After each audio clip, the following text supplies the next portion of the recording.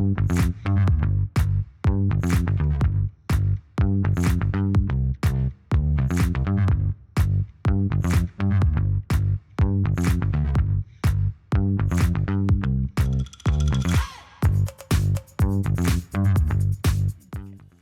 everyone, Anna Hammond's here with our Unite Ellis podcast. We're talking about stories from across Ellis County meant to encourage and equip our community to flourishing through cross-sector collaboration.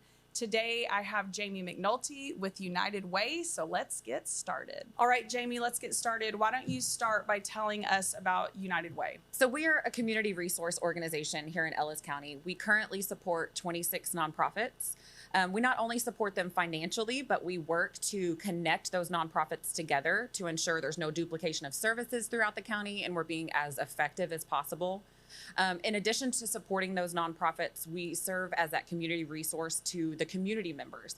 We try to assist individuals in their time of crisis. If they don't know where to go, if they're not sure who to call, we have built that relationship with those nonprofits that hopefully our goal is that when those individuals call us and say, where can I go for food? Where can I go for this type of assistance? We're able to connect them directly with that nonprofit in that area that can meet their need without them having to make 5 to 10 different phone calls in a time of crisis. Yeah. So we like to consider ourselves that community resource that connects everyone together, that connects those nonprofits. We have such a great relationship with them, and we just work to support them in that, and then in turn support the community in their time of need. That's so good. So I know United Way is national nonprofit. So tell me the difference between the national version and what y'all are doing here in West Ellis County and y'all's priorities that you focus on as well. Sure. So United Way as a whole, nationally, we all have the same focus area. Healthy communities, youth resilience, community resilience, and then financial stability. And so every United Way has those 4 buckets that we work on and that we work through. So every nonprofit that we support is going to fall into one of those 4 buckets. As far as here as United Way, we are our own nonprofit. We're our own organization here in Ellis County. Any funds that come to our organization, they stay right here in Ellis County. So you're not supporting an organization in a different state. You're not supporting an organization in a different nation. You're not supporting even in the county over. Everything that's given to our United Way supports our nonprofits here in Ellis County and our community, our people, and our organizations. Yeah, that's good. So you and I joke a lot about our names being similar. Yes. So we have Unite Ellis and United Way, and we work very closely. So in the Unite Ellis network, you serve as our nonprofit champion for obvious reasons. So why don't you give some examples, and how would you describe to someone else like how we work together between Unite Ellis and United Way?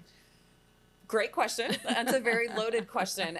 So yes, our names are very similar. I think our partnership is just something that's so incredible and so impactful. And Unite Ellis brings a piece to United Way that maybe we haven't been able to utilize in the past.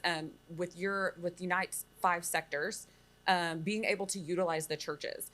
United Way doesn't necessarily, we can't support churches just because of the way that our nonprofit is designed. Not to say that we don't partner with churches, but as far as financially or having that deep relationship with them. So we love that Unite can bring that to the table, but also being able to have that community partner to have these conversations with.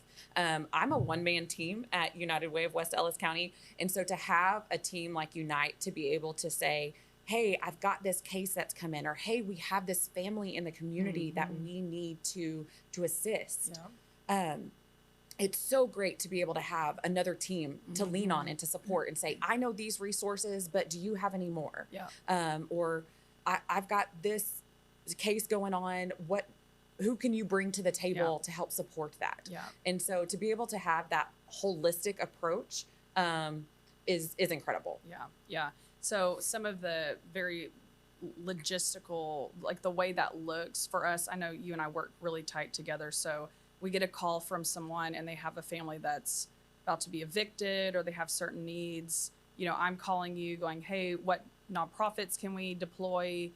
I'm looking on the Unite side at the church element or businesses that can get involved. So it's interesting to see the collaboration that come together. But you do get a lot of calls, just like we're both getting a lot of calls from people in the community. So what are some of the things you would want people to know whenever they're reaching out for help? Yeah. So by the time people get to us, and they give us a call, they're normally in that state of crisis. They're either facing eviction, they're either several months behind on their rent. And that's the huge need right now. Rental assistance, mortgage assistance, those payments are growing rapidly, but unfortunately the income is not growing with it. And so what we're trying to share at United Way right now is we want to encourage community members to always, always, always pay your mortgage first. Yeah. Keep the roof over your head. Pay your rent. It's okay if it takes your entire paycheck. Do that first. Yeah. Ensure that you and your family and your children have a roof over your head and a bed to sleep in at night. Yeah. This community is a community that will feed people. Absolutely. Ellis County has no shortage of food, and we will ensure that your family is fed, that your kids are fed from the time they wake up to the time they go to sleep, and on the weekends. We will ensure that. Yeah. It is much easier for someone to go to one of our nonprofits and ask for an electric bill to be paid. A couple $100s. Sure, those are increasing as well. Some of them can get up to $500, but it is much easier for an organization to be able to financially support that than to go and say, hey, I've got $2,500 worth of rent that I need paid. Yeah. And so that's kind of the message that we're trying to share with the community, is that we want to ensure people always have a place to stay, because once you reach eviction status, it's just a domino effect. Absolutely. And it's so hard to come back from that. So we want individuals to be able to stay in their homes with their families, and then allow this community, allow Ellis County and our nonprofits to then wrap around your family, to pay your electric bill, to help with the auto repair, to help with your gas and your groceries. All of those things are much easier to support than the one lump sum of a rent or mortgage payment. Yeah, absolutely. And two things I would add to that. An example of that, I remember last August around school starting, we had a single mom that came up and was like, I was able to get my kids their school supplies and their back to school clothing, and I was able to get food, but I can't get the rent. Right. And I remember we were like, oh, like we could have so easily covered all of those things, like pay the rent first. Absolutely. And the other thing I really wish families would understand, and as organizations we could catch things earlier, is that by the time an eviction comes up, this has been occurring for months, you know, so how we can intervene earlier, and how someone can, and I get like it's hard to ask for help, and a lot of people aren't going to want to ask for help, but if there's the slightest sign of someone having a hard time, like I wish they would raise up a little bit earlier in the process, so we're not like, because we get so many calls that we're like, hey, I'm getting evicted Monday, you know, and then we're all scrambling. Yeah. And if we could avoid the eviction, that's the best case scenario, because once that eviction's on the record, like you're saying, like it's so hard. Right. And it's hard for these nonprofits as well, because a lot of them either have, for the way that their nonprofit status is, or their way their policy or guidelines are in place, if there's already an eviction in the works, they're not allowed to step in and help, because that's not ensuring that you'll be able to stay in that home. It doesn't, making that payment doesn't mean that landlord is going to accept that payment. It doesn't mean that landlord is going to even revoke the eviction process. And so that it's really hard for those nonprofits to step in at that point. And so you're exactly right. Any step ahead of that eviction that we can get involved in is going to make the situation so much better for that family. Yeah. So on the similar note to that, I know a lot of, there's misperceptions about Ellis County being in a state of like being too rich, I guess, to receive certain funding, like HUD funding, government assistance. And so therefore we have this weird cycle of not as many housing organizations or support organizations in those areas, which that's all being worked on, but a lot of that's a misconception. But let's talk about the Ellis report, because that's something we refer to more often that I think most people don't understand. So explain the Ellis report and how we use those numbers. Sure. So United Way Texas works with an Ellis report, and Ellis stands for Asset Limited Income Constrained Employed. And so what that means is the population in our community that is the working class, 2-income family. They work full-time jobs, but at the end of the day, there's still not enough income to make their ends meet. And so the Alice number in Ellis County is 27% of our county. So over a quarter of our county fall into that population. And what happens with that population is not only does their income not necessarily cover their basic bills every month, but they're always one situation, one crisis away from going right into that poverty line or going right into that eviction status. And so that's a report that we like to share a little bit more often, just for awareness, because there is often this misconception that Ellis County is a little bit richer, and that we don't have these type of situations. We don't have these families in our community, but we absolutely do. And I think, and that 27% is from 2022. We don't have, it comes out every 2 years. So we don't have the 2024 data yet. But the state of our economy, I can only imagine what that number is going to look like when that data is released. Because more so now, everyone is just one situation. It seems like from falling into that crisis mode, one car repair, one medical bill or something like that. Yeah, absolutely. And, you know, because we don't have tent cities here, like we would, like, you know, Dallas or Fort Worth, there is a misconception around the need here in the county, the number of teens that are couch surfing, so many people living out of their cars. We had a lot of that, the cars, a lot of hotel room stays. We had a family a month or so ago that had been living out of a hotel room for a year. And by the time they came up on our radar, I was so relieved because it wasn't an eviction situation. They were actually moving out of the hotel room into their first rental house, like since they moved into the hotel, which was very exciting. And they needed help with the furniture. So I'm like, oh, we could do furniture all day long. Like as long as we're not trying to avoid an eviction. So, but people don't know about that. The family or the kids that you're going to school with every day that live out of a hotel, you know, down the street. I think that's such a good point, because when we talk about housing and homelessness, and we use those words so fluently because we understand what they mean, but when we say them out in the community, people often think the people standing on the corner, maybe holding the sign, the people living under the bridge. And you're right, we don't necessarily have that in Ellis County. We do have some people that stand out with the signs and whatnot, and we do have groups that have approached those individuals and offered to work with them and offered those services. But when we say housing and homelessness in Ellis County, we are talking about the single mom with her kids living in the car. We are talking about the family of 5 that has been hopping from hotel to hotel just to have a place to shower, just to have a place for their kids to sleep at night. And it is the kids that go to school that maybe are just rotating the same clothes every couple of days. That's what we're talking about when we say that we are working to find solutions for housing and homelessness here in Ellis County. So another thing, in addition to all of that, is like the multiple generations in one house. We see a lot of that. Not everybody having a bed, people sleep on the floor, holes in the floor, the house really needing to be condemned, things like that. So this reminds me, we have an event coming up, and we'll add the information, cost of poverty experience. I know you've done it multiple times, but that's coming up September 27th. And it really paints the picture of the cycle of poverty. And instead of, it's so easy for us to have the mentality of like, well, they made those decisions and why don't they just pull themselves up? Or if they would just do X, Y, Z, they wouldn't be in that situation. And that's really not the reality for everyone. Some maybe, sure. But for everyone, that's not how it works. And so this event in September, it's a live simulation of what it's like you literally get a family, like you're a single mom with this type of situation, and then you have to go around and basically play the game of life, and it paints that picture. So I'd really encourage everybody to come to that. So COPE has been one of my favorite events to attend, and as an attendee and you're one going through the simulation, you see this sense of panic. You see the shuffle that people have to go through. And I remember one of the first ones that I did with Unite, I was on the other side of the table working one of the organizations, and people had to come to me for assistance. Well, I messed up literally in the simulation in my role. And I sent this individual off to another organization to go need help. And then I remember I messed up. And in my mind, very real life. Yes, it was real life. And part of me was like, do I go chase them down and tell them I mess up? And I was like, no, because this is real life.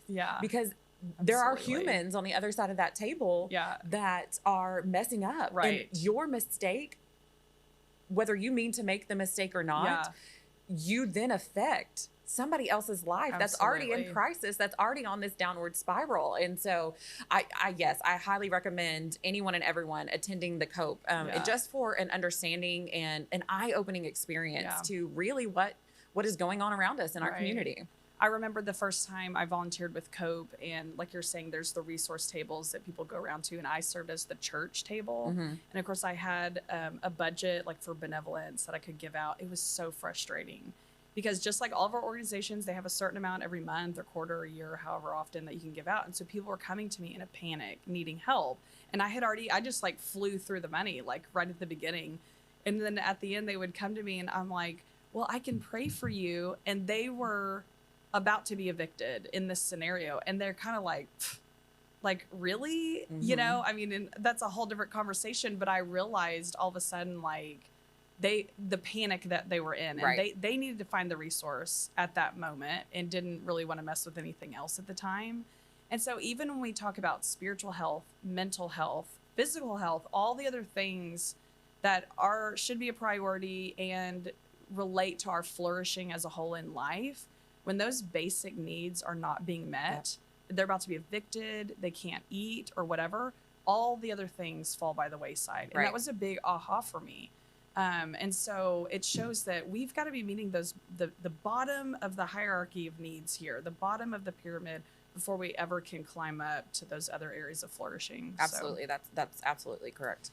Okay, so we mentioned earlier that you're our champion for Unite Ellis for the nonprofit sector. So are you seeing any themes from our nonprofits, like their needs, their concerns? I know you have your quarterly times with your nonprofit agencies. Yeah. Like, what are they telling you that they need? There's always, of course, funding. You know, Right. that's always going to be a top one for our nonprofits, big, small, medium size. It doesn't matter. That's going to be across the Yeah. board. The other one is just volunteers. Because funding is an issue, some of them have had to let staff go. So they're looking for volunteers to step in and kind of fill those holes, you know, not necessarily as a full-time role, but just someone to come in and help, you know, shuffle through some of the day-to-day stuff. And that's really where they're at is needing funding and then volunteers. Yeah. And another layer of volunteers that I've heard a lot is board members. Yes. So I've heard a lot of the nonprofits needing board members with specific characteristics or skill sets. So you're seeing a lot of them that are like, oh, we really need an attorney, an accountant, like Yes. those type of career fields that they really would like to have those areas of expertise on their boards. Yes, that's very true. We have several that I've spoken to just lately that are looking for, you know, financial advisors, someone in the banking world, Yeah. someone with that skill set that can look at their books. And just as another set of eyes, you know, financials are super important in nonprofits. Yeah. You always want to make sure that everything's on the up and up just to ensure that you are being good stewards of the donors' dollars that are being given to you. And so anyone that is in the financial world is always a huge asset to a board. And then, like you said, anybody that's an attorney that can advise in that way and just kind of be good counsel. Yeah. And then just go-getters, worker bees. Yes, So kind of absolutely. one end to the other, but you always need those worker bees that are like, absolutely, I can be an event, or I show can up, come and yeah. fold T-shirts. I can come and Yes. stuff bags. I can come to the office and put food on the shelves. Whatever it is, any skill set is always needed on the board. But Yes. those are kind of the top ones that we're hearing right now. Absolutely. Yeah. So if anybody ever wants to get involved in volunteering with an organization, definitely reach out to Jamie. Yes. So one other thing, so your fundraising and your involvement in the community, if someone's like, wow, United Way sounds really cool, how do I get involved? Like, how do you work with other people in the community, the businesses, individuals, and so forth?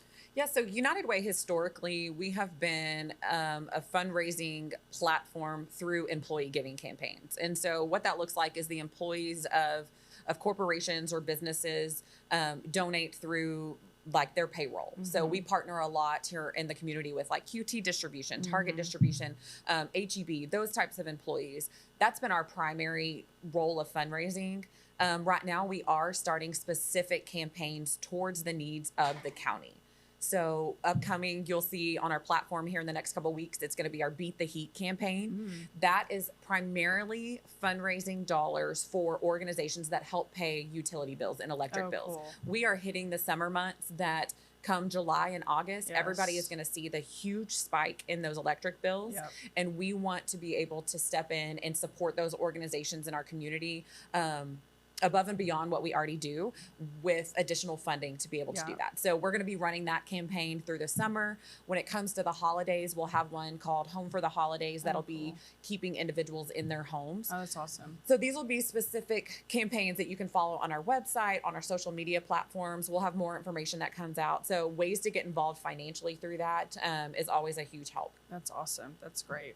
All right, last question. Can you recall any stories or situations that kind of paint the picture of the collaborative efforts that we're talking about? I know we've had several situations, but kind of describe what that looks like whenever all of our organizations come together and work together.